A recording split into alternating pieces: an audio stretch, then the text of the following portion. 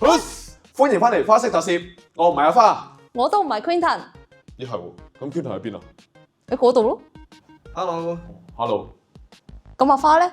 哦阿花佢唔舒服病咗，係啦，咁大家記得喺下邊留言咧，祝佢早日康復 ，OK？記得祝埋我早日康復，我都病緊啊。早日康復。好，咁我哋翻嚟啦，咁我哋上一次咧就拍咗五獸者嘅 cover 啦，咁我哋今次咧就翻嚟 Zetsu 咯喎。咁第16集同埋第17集咧都有好多精彩嘅動作片段嘅，包括係幪面超人 Nox 對司令官 Zero 啦 ，Nox 對 Zetsu 同埋 Zetsu 對夢魔嘅。哇！咁我哋都揀咗某啲嘅動作片段咧，一陣間咧就一齊做分析嘅。咁當然啦，最後都會有我哋嘅動作 cover。好，準備，我準備，哇！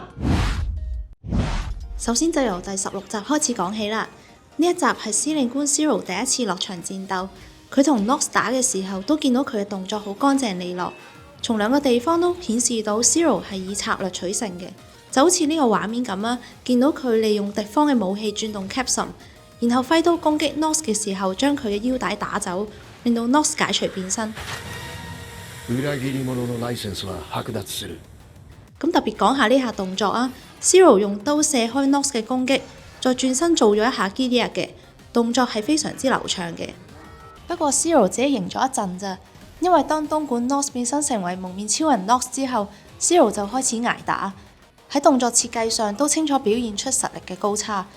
例如喺呢個畫面見到 Nox 用單手擋開 Zero 把刀，再用刺拳攻擊，跟住 Zero 做咗一下 Ki。Nox 就避開，同時勾拳擊中 Zero 嘅腹部，顯示出 Nox 係好容易就可以應付到 Zero。喺呢度 Zero 做咗一下落地嘅動作，我哋俗稱叫做安全落地，喺好多拍攝上面都會用到嘅。陣間我哋都會詳細少少介紹一下呢個動作嘅。咁呢段呢，我哋可以見到夢魔呢，佢做咗好多嘅 parkour 嘅技巧啦，同埋一啲打翻嘅動作嘅。哇！見到呢個側空翻呢，好標準嘅係。哇！咁然後呢度啦，Zetsu同埋夢魔都做咗一啲 parkour 嘅技巧啦，咁去追逐啦。咁我見到佢呢一度呢，特登呢係擺咗好多呢一類嘅動作設計喺夢魔身上啦。咁其實你會好明確咁見到佢係一個顯示佢個野性嗰個動作嘅設計嚟嘅。咁出嚟嘅效果亦都好好啦。話呢一段呢，特登咁樣去 cop 出嚟，因為 Zetsu 同埋 Nox 呢一段係真係好精彩嘅。其實我哋見到有陣時咧，喺新世代嘅拉打裏邊，兩方戰鬥咧，其實佢 CG 同埋一啲我哋實質拍攝嘅動作嘅比例嘅設計上面咧，其實係有機會冇咗個平衡嘅。但係我覺得呢一段咧，佢個平衡係夾雜得好好嘅。例如 Nox 嗰個影子攻擊啦，然後同埋 Zetsu 呢個形態嘅迴避啦，咁其實係好突顯到雙方唔同嘅風格。咦？咁我哋而家咧又見到 Zetsu 咧做咗一個反應動作啦。咁呢一個動作咧其實都好常用嘅，咁叫做抽腳落地。咁咧都係一個基本反應啦。而且佢用法咧，你見到係因為 Nox 捉住咗佢個腳腕，然後抽高佢咁棘跌咗佢嘅。咁呢一點 Zetsu 亦都係做得非常之標準嘅。咁我哋都好值得陣間攞出嚟補充一下。然後我哋見到呢一段啦，包括唔變身咧，就直接攻擊夢魔嘅。咁其實我哋見到呢一個 shot 咧，應該係替身嚟到去做動作嘅。咁我哋見到佢跳起啦，做咗一個 kakekeli 啦，然後直接落地做咗一個側滾翻嚟到去緩衝，然後再接一個大船踢嘅。咁我哋見到啦，轉咗 shot 之後咧，應該係演員自己做翻一個船踢嘅動作啦。咁因為見到演員咧本身佢並唔係動作底嘅，咁喺標準程度咧，咁都會爭少少噶啦。咁但係就見到佢因為好比力啦，加埋個特效之後咧，其實出嚟嘅效果咧係非常之唔錯嘅。哇！佢嘅大絕係用 back kick 嚟到做嘅喎。咁我印象中應該係冇其他拉打用 back kick 嚟到做大絕嚇。如果有嘅話咧，記得喺留言嗰度糾正我咯。咁同埋 Nox 咧，佢做 back kick 嘅時候咧，咁其實佢做咗一下收腳嘅動作啦。咁咧收腳嘅時候咧，亦都回復翻一個提膝嘅狀態，然後先放翻落地嘅。係啊，好簡單嘅一個設計咧，令到佢成個氣場都突顯咗出嚟。咁都好期待佢之後咧會有啲乜嘢嘅發展同埋有啲咩發揮咯。咁今集嘅分析就去到呢度啦，我哋開始練習啦。咁頭先咧，司令官 Zero 咧就做咗個落地動作嘅，咁我哋叫呢個做安全落地嘅。咁係點樣做嘅咧？首先我哋就係要企好個人啦，擺好 pose，之後我哋要做一個頭部反應。做頭部反應嘅時候咧，我哋要望向我哋要跌嘅方向，然後我哋微微屈曲膝頭，向後瞓嘅時候咧，用大髀外側去瞓落地啦。最後咧就用手去掂地，去用呢個位置咧去保護個頭，確保個頭咧就唔會撞落地下嘅。咁我哋而家就示範下呢個動作啦。喂，冇啊！好，啱啱動作分析咧，咁都提到有一個動作咧，抽腳落地嘅喎。咁咧呢個動作咧，簡單啲嚟講咧，就係踢起兩隻腳，然後隻腳落地先啦，為咗安全起見。然後卸咗力之後咧，再做一個安全落地嘅動作嘅。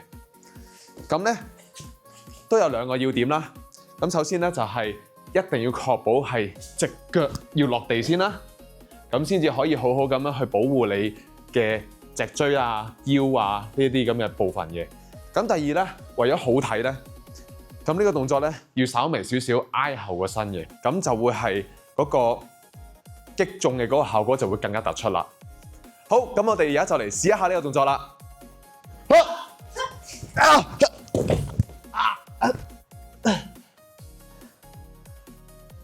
就係咁啦。冇得，你只係挨後咁樣散嘅第一下，然後就變咗向突方向。係啦。佢全程都冇影到右手去做 ，OK 嘅。即係我右手，我打完一拳之後咧，我右手喺度咁樣都得嘅。你可唔可以俾翻個拳我？淨嘥多少少就得。OK， 我哋直接試一個啊。Ready and action！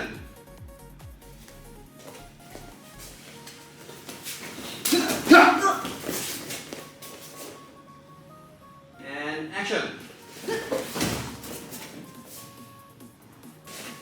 斜少少嗰度入啊。OK。再遠少少，再遠少少呢度咁上。Ready and action！ 阿陳先起腳，一起腳咧我就 cut 咗先，然後呢一個咧已經係另一個 shot 嚟啦。Ready and action！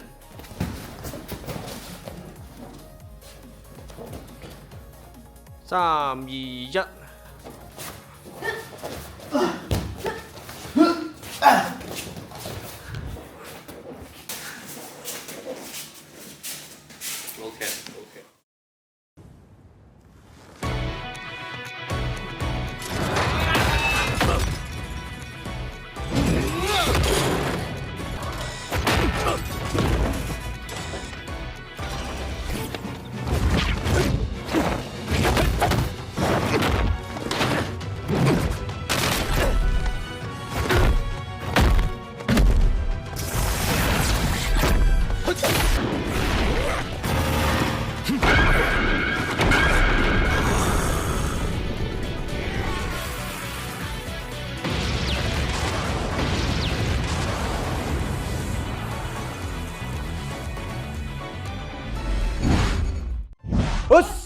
終於都拍晒啦！